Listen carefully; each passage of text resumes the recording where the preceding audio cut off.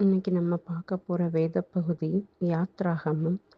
யாத்ராகமம்ல நம்ம பார்க்கும்போது மோசே பார்வோன் கிட்ட இருந்து அந்த ஜனங்கள் எல்லாரையும் எப்படி விடுவிச்சிட்டு வருவார் அப்படிங்கிறத பற்றி பார்க்குறோம். அது அவ்வளோ ஈஸியாக நடக்கலை. ஒவ்வொரு வாதையினாலும் வாதையை அனுப்பி அனுப்பி ஆண்டவர் தண்டிக்கும் போதும் பார்வோனுடைய இருதயம் கடினப்பட்டு கொண்டே இருந்தது.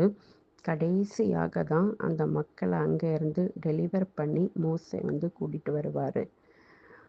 இதே மாதிரி தான் இன்றைக்கி நம்முடைய வாழ்க்கையிலையும் நம்ம எந்த இடத்துல எந்த மனிதர்களுக்கு எங்கே அடிமைப்பட்டிருக்கோம்னு நமக்கு தெரியாது.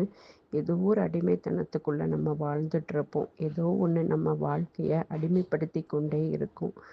இன்னைக்கு நம்ம அதை உணர்ந்து ஆண்டவர்கிட்ட நம்ம இருதயத்தில் இருந்து, ஆண்டவரே இந்த அடிமைத்தனத்தில் இருந்து என்னை விடுவியுங்க, என்னை இதிலிருந்து வெளியே கொண்டு வாங்க அப்படின்னு உண்மையாக நம்ம அவரை நோக்கி கேட்டோம்னா கண்டிப்பாக இதிலிருந்து நம்மளை அவர் விடுவிக்க வல்லவராக இருக்கிறாரு. இன்னைக்கு யார் யாரெல்லாம் எதுக்கு நீங்கள் அடிமைகளாக வாழ்ந்துட்டுருக்கிறீங்களோ இன்னைக்கு ஆண்டவர் நோக்கி கூப்பிடுங்க. ஆண்டவரே இந்த அடிமைத்தனத்திலிருந்து என்னை எடுத்து போடும்னு கேளுங்க. உண்மையாக நீங்கள் கேட்கும்போது கண்டிப்பாக ஆண்டவர் உங்களை உதவி செய்வதற்கு வல்லவராக இருக்கிறார். ஆமீன்.